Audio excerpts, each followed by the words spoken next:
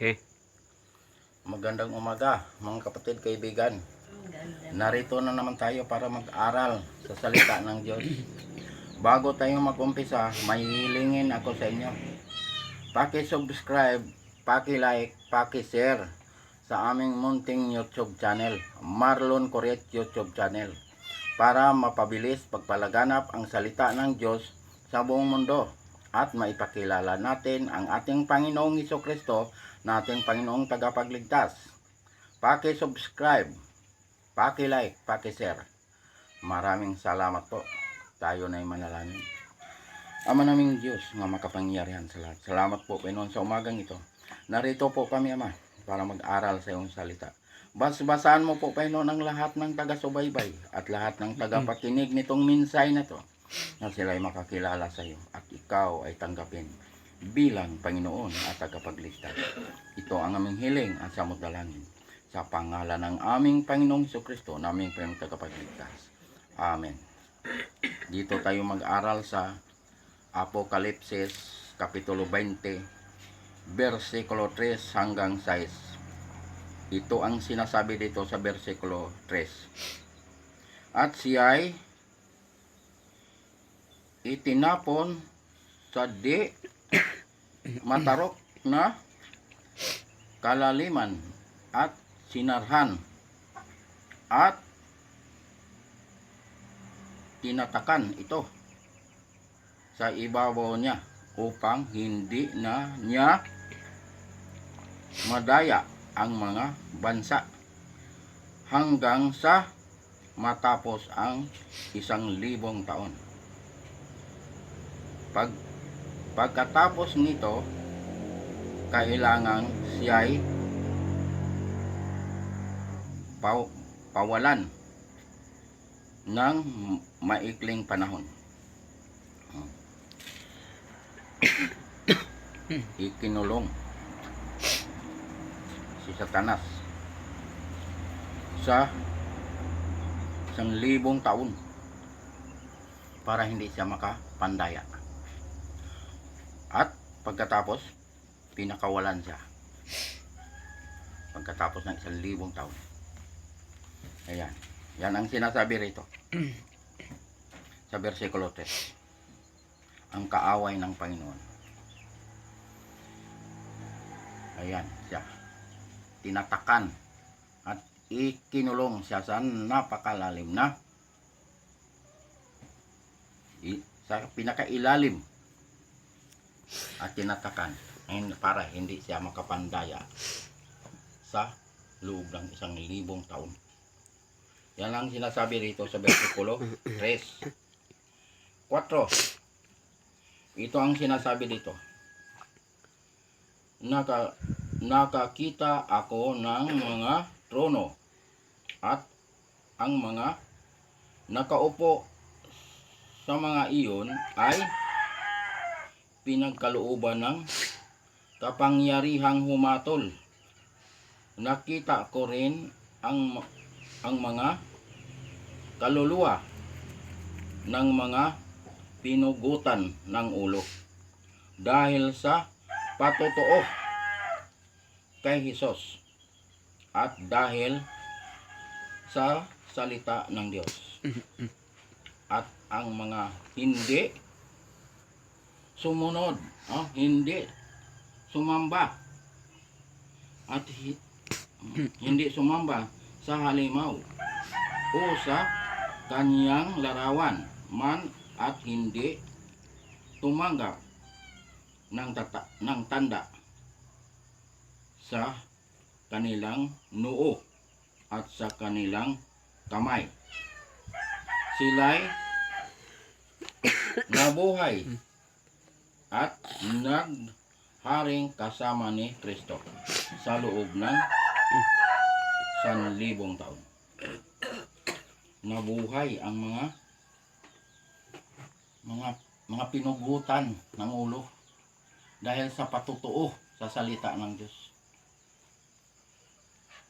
at mga hindi tumanggap ng tatak sa kanilang noo o kamay. Nabuhay itong mga taong ito. Mga pinatay ito Dahil sa salita ng Diyos, sa patotoo. Pinunggutan ng ulo ang mga nagpatotoo sa salita ng Diyos. Mga hindi tumanggap ng tanda ng halimaw. Hindi tumanggap ng tatak ng halimaw. Mga pinugutan ng ulo. Yan ang mangyayari sa mga tunay na nagpatotoo sa salita ng Diyos. Ang nagpapahayag ng salita ng Diyos. Pinugutan ng ulo. Dahil sa patotoo sa salita ng Diyos. Yan ang sinasabi rito. Nakakatakot ito. Dahil pugutan ka ng ulo. Pag hindi ka sumamba sa halimaw, hindi ka tumanggap ng tatak ng halimaw, pugutan ka ng ulo. Yan ang mangyayari. Pero mga kapatid, kaibigan, huwag tayong matakot. Dahil ang sabi ng Diyos, bubuhay niya muli ang mga pinugutan ng ulo. Huwag kang matakot mamatay. Dahil ang sabi ng Diyos, pag matakot kang mamatay, mawalan ka ng iyong buhay. Pero pag hindi ka matakot nga mamatay, magkaroon ka ng buhay. Yan ang sinasabi ng Diyos. Kaya ihanda ang ating sarili. Ngayon pa lang, ihanda ating sarili. Huwag ka matakot, magpatotoo at magpahayag ng salita ng Diyos. Dahil ito ay katotohanan. Huwag tumanggap ng tatak ng halimaw. Huwag sumamba sa larawan ng halimaw. Para hindi ka mapahamak. Pag tumanggap ka ng tatak ng halimaw, tiyak mapunta ka sa naglalagablab na apoy at asupre. Basta tumanggap ka. Kay Kristo tayo. Manalig. Tanggapin ang ating Panginoon. Tanggapin natin. Ngayon pa lang. Dahil siya lamang ang tagapagligtas. Wala nang iba na tagapagligtas. Kundi si Hesus Kristo lamang ang tagapagligtas. Huwag tayong matakot. Ipahayag ang salita ng Diyos. Magpatotoo tungkol kay Kristo. Nga si Kristo ay Diyos nga nagkatawang tao at tunay na Diyos at buhay na walang hanggan. Yan. Kaya ipinakilala ko sa buong mundo na si Hesus Kristo lamang ang tagapagligtas. Wala nang iba. Gawa 4:12. 5. Ito ang sinasabi dito sa versikulo 5. Ang mga iba sa mga patay ay hindi nabuhay hanggang sa natapos ang 1,000 taon. Ito ang unang pagkabuhay na muli. Bakit hindi nabuhay ito? Dahil ito ay mga hindi to ligtas. Pag ligtas ka, mabubuhay ka pagdating ng Panginoon. Pag tunog ng trompeta ng Diyos, mabubuhay ka. Basta ikaw ay ligtas. Pero pag hindi ka ligtas, ang sabi nito, hindi pa sila nabubuhay sa loob ng 1,000 taon. Pero bubuhayin ito ng Diyos pagkatapos ng 1,000 taon. Pero haharap ito sa hatol. Itong mga tao nga hindi nabubuhay, hindi nakasama sa unang pagkabuhay, harap ito sa hatol. Ito na, bubuksan ang aklat ng buhay. Bubuksan ang aklat ng mga gawa. Ayan. Dahil ipakita ng Diyos bakit hindi nakasulat ang kanilang pangalan sa aklat ng buhay. Ipakita. Dahil itong mga taong ito, hindi ito naniniwala kay Kristo. Hindi ito nananalig kay Kristo. Hindi ito tumanggap kay Kristo. Kaya nga hindi sila nabubuhay. Bubuhayin sila pagkatapos ng 1,000 taon. Pero haharap na ito sa hatol. ito papunta na sa pangalawang kamatayan. Papunta na ito sa impyerno. Ito. Yan. Yan ang ibig sabihin nito, mga kapatid kaibigan. Nga ihanda ang ating sarili. Ngayon pa lang, ihanda natin. Huwag tayo magkumpiyansa dahil ang Panginoon ay malapit nang bumalik. Pag bumalik ang Panginoon ay hindi tayo handa, wala nang pag-asa. Ngayon pa lang, ihanda natin ang ating sarili.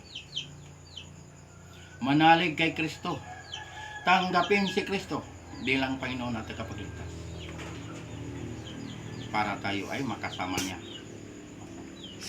sa kanyang muling pagparito. Pangalan ay nakasulat sa aklat ng buhay. Nasa pananalig at pagtanggap kay Kristo ang kaligtasan. Manalig, tanggapin si Kristo bilang Panginoon at tagapagligtas. Para pangalan mo ay nakasulat sa aklat ng buhay. Wala na. Hindi ka na haharap sa hatol. Basta mas kasama ka sa unang pagkabuhay. Nakipag-isa ka kay Kristo. Wala ka ng hatol. Dahil tinanggap mo ang tagapaghatol. Tinanggap mo ang tagapagligtas nga si Kristo. Kaya nga wala ka ng hatol. Yan mga kapatid kaibigan. Ayan ang katiyakan. Napakaganda nga ikaw ay nakakatiyak sa iyong kaligtasan ngayong umagang ito dahil wala ka nang dapat katakutan. Kahit bawian ka ng iyong hiram na buhay, hindi ka matatakot. Bakit? Alam mo na ikaw ay bubuhay ng Diyos sa muling pagparito ng Diyos. Isasama ka niya doon sa kanyang kaharian. Iyan ang katiyakan, ang kaligtasan. Mga kapatid kaibigan, mahal tayo ng Diyos. Ayaw ng Diyos na tayo ay mapahamak. Gusto ng Diyos na tayo ay maligtas. Kaya ang kanyang bugtong na anak ipinadala dito sa sanlibutan para tayo ay magkaroon ng buhay na walang hanggan. Buhay ng ating Panginoon, ang ibinayad ng ating kasalanan. Dugo ng ating Panginoon, ang ihinugas ng ating kasalanan. Kaya mga kapatid kaibigan, paniwalaan natin nga si Kristo lamang ang tagapagligtas, wala kang iba. Hindi tayo maligtas sa ibang mga pangalan. Ang kaligtasan ang hanap, kay Kristo tayo lumapit. Manalig kay Kristo, tanggapin si Kristo bilang Panginoon at tagapagligtas. Para pangalan ay nakasulat sa aklat ng buhay. Yan ang ibig sabihin nito, mga kapatid kaibigan. Last verse, 6. Ito ang sinasabi dito sa versikulo 6. Mapalad at banal ang may bahagi sa unang pagkabuhay.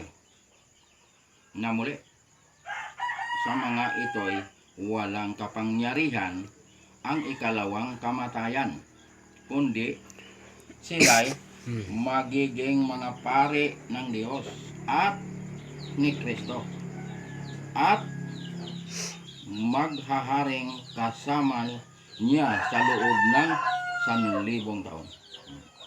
Kasama tayo ng Diyos. 1,000 taon ang sinabi rito. Nga, kasama tayo ng Diyos. Bubuhayin tayo ng Diyos. Pangako ng Diyos ito. Nga tayo ay bubuhayin muli. At makasama tayo. Makasama tayo ng Diyos sa loob ng 1,000 taon. Napakatagal na panahon yan, yung 1,000 taon. Binigyan tayo ng buhay na walang hanggan. Kasama natin ang Diyos. Yan mga kapatid kaibigan. Ang katiyakan sa kaligtasan. Tiyakin natin ang ating kaligtasan. Ngayong umagang ito, kung sino man ang hindi nakakatiyak sa kaligtasan. Tiyakin natin na tayo ay magkaroon ng buhay na walang hanggan. Paano ba pagtiyak sa kaligtasan? Ganito. Humingi tayo ng tawad sa lahat ng ating mga kasalanan. Pagsisihan natin ang lahat ng ating nagawang mga pagkakasala. Pagkatapos natin hiningian ng tawad ang ating mga kasalanan, manalig tayo kay Kristo. Tanggapin si Kristo bilang Panginoon at tagapagligtas. Dahil si Kristo lamang ang tagapagligtas, wala nang iba. Nasa pananalig at pagtanggap kay Kristo ang kaligtasan. Yan ang katiyakan sa kaligtasan. Nasa pananalig at pagtanggap kay Kristo. Para pangalan ay nakasulat sa aklat ng buhay. Pagkatapos mong tinanggap ang ating Panginoon bilang Panginoon at tagapagligtas, ano ang gagawin mo? Magpabautismo sa pangalan ng Ama, pangalan ng Anak, pangalan ng Espiritu Santo. Dahil ang bautismo ay mahalaga. Paglubog mo sa tubig, namatay ka kasama ni Kristo. Pag-ahon mo sa tubig, nabuhay ka kasama ni Kristo. Yan ang kahalagahan ng bautismo.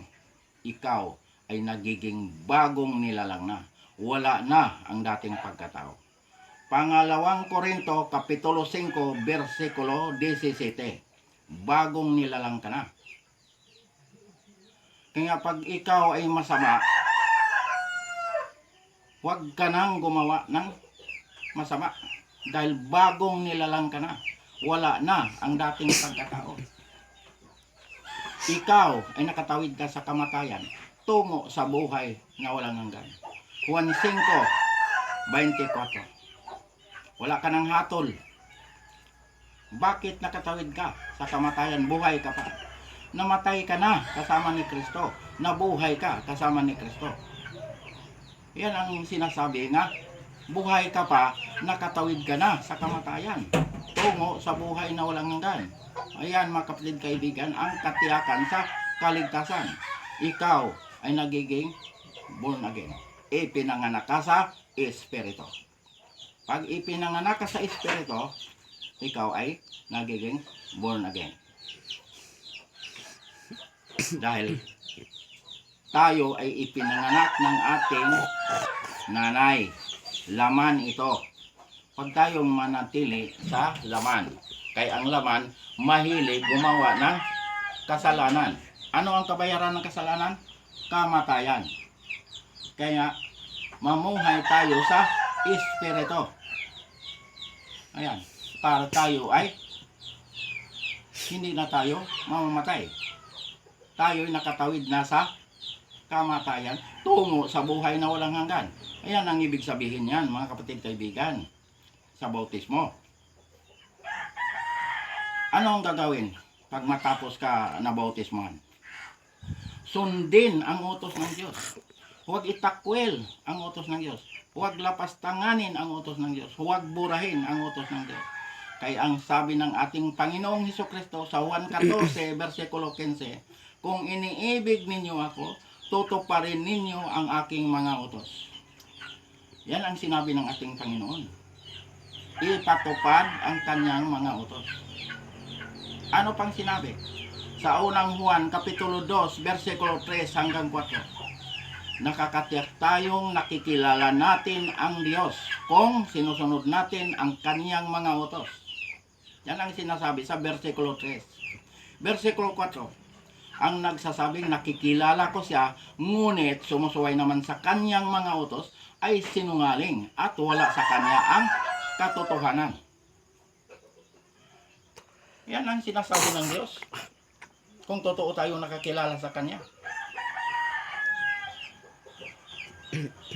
Dahil naglagay ang Diyos ng palatandaan. Ano ang palatandaan ng Diyos nga nilagay niya? Ang ikapitong araw, ang Sabat. Yan ang ginawang palatandaan ng Diyos sa kanyang mga nilalang, kanyang mahinirang, kanyang mga anak. Naglagay ang Diyos ng palatandaan. Ang sabi ng Diyos, kilalanin niyo ako, kilala ko kayo. Ezekiel 20:20. Dahil nasa utos ng Diyos ang palatandaan. Pang-apat na utos nga igalang ang araw ng Sabat. Dahil itong nilalang, itong mundo na ito, nilikha ng Diyos, langit, lupa, dagat, at mga bukal, lahat nilikha ng Diyos, pati tayo nilikha ng Diyos. Ang sinabi ng Diyos, tinatapos niya paglikha ito sa loob ng 6 na araw. Anong araw nilikha itong mundo na ito?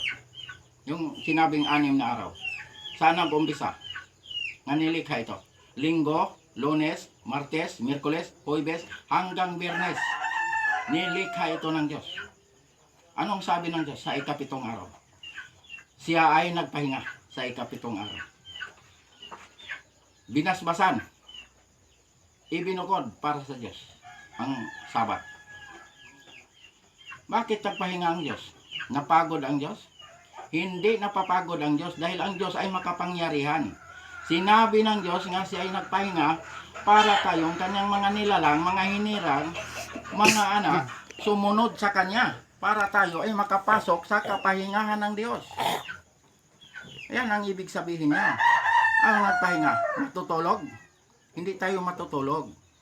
Sambahin natin ang Diyos sa Espiritu at sa katotohanan. Yan ang ibig sabihin niyan nga, nagpahinga. Tayo rin ay sumunod at sumamba sa Kanya sa araw ng Sabat. Dahil ang Sabat ay palatandaan ng Diyos nga tayo nakakilala sa Kanya, kilala rin tayo ng Diyos. Yan. Yan ang katotohanan. Sa bagong langit, bagong lupa, ang samba ron ay Sabat, hindi linggo. Saan mabasa? Isaiah 66, versikulo 22 hanggang 23. Versikulo 22, mababasa mo ang bagong langit, bagong lupa.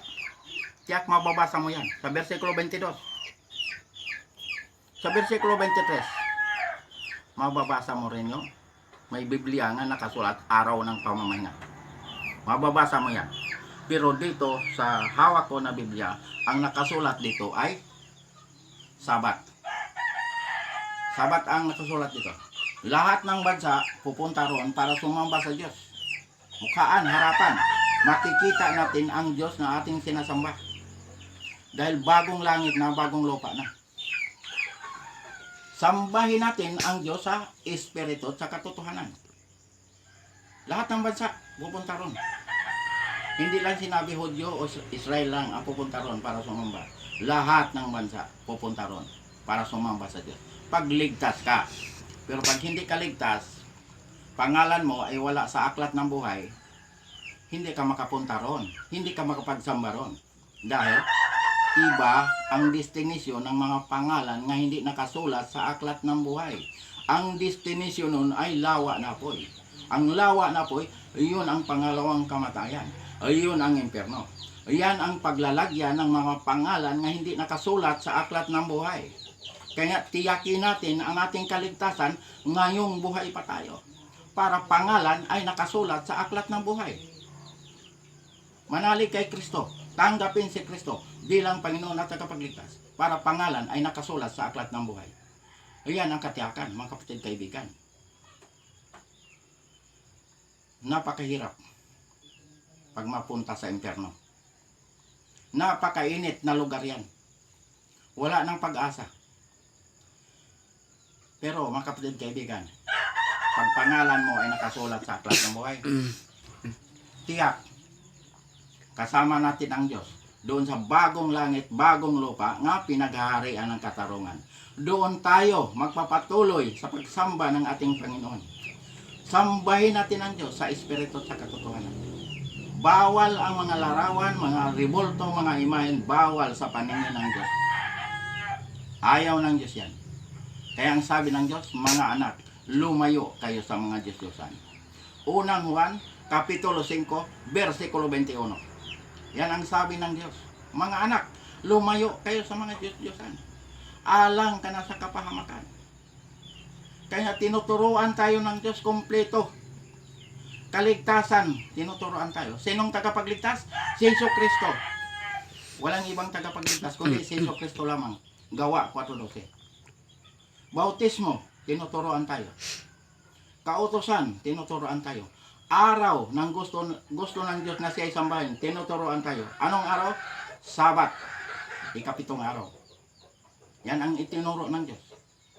Kahit sa bagong langit, bagong lupa. Ang samba ron ay Sabat, hindi linggo. Ayan. Mga kapatid, kaibigan, mahal tayo ng Diyos. Ayaw ng Diyos na tayo mapahamak. Kaya nga, tayo ay tinuturuan sa kanyang salita. Paniwalaan natin ang salita ng Diyos dahil ang salita ng Diyos ay buhay at katotohanan. Ang Diyos ay hindi marunong magsinungaling. Pag sinabi ng Diyos ay matutupad at magaganap. Ayan. Kaya mga kapatid, kaibigan, hanggang dito na lang tayo, mga kapatid, kaibigan. Paki-subscribe, paki-like, paki-share sa aming munting YouTube channel, Marlon Coret YouTube channel, para mapabilis pagpalaganap ang salita ng Diyos sa buong mundo at maipakilala natin ang ating Panginoong Jesucristo, nating Panginoong tagapagligtas. Maraming salamat po. Tayo nang manalangin. Ama naming Diyos na makapangyarihan sa lahat. Salamat po, Panginoon, sa mga salita mo naming napag-aralan ngayong umaga nito. Basbasan mo po, Panginoon, ang lahat ng taga-subaybay at lahat ng taga-pakinig nitong minsay na ito, na sila'y makakilala sa iyo at ikaw ay tanggapin bilang Panginoon at tagapagligtas. Ito ang aming hiling at aming dalangin sa pangalan ng aming Panginoong Jesucristo, na aming Panginoong tagapagligtas. Amen.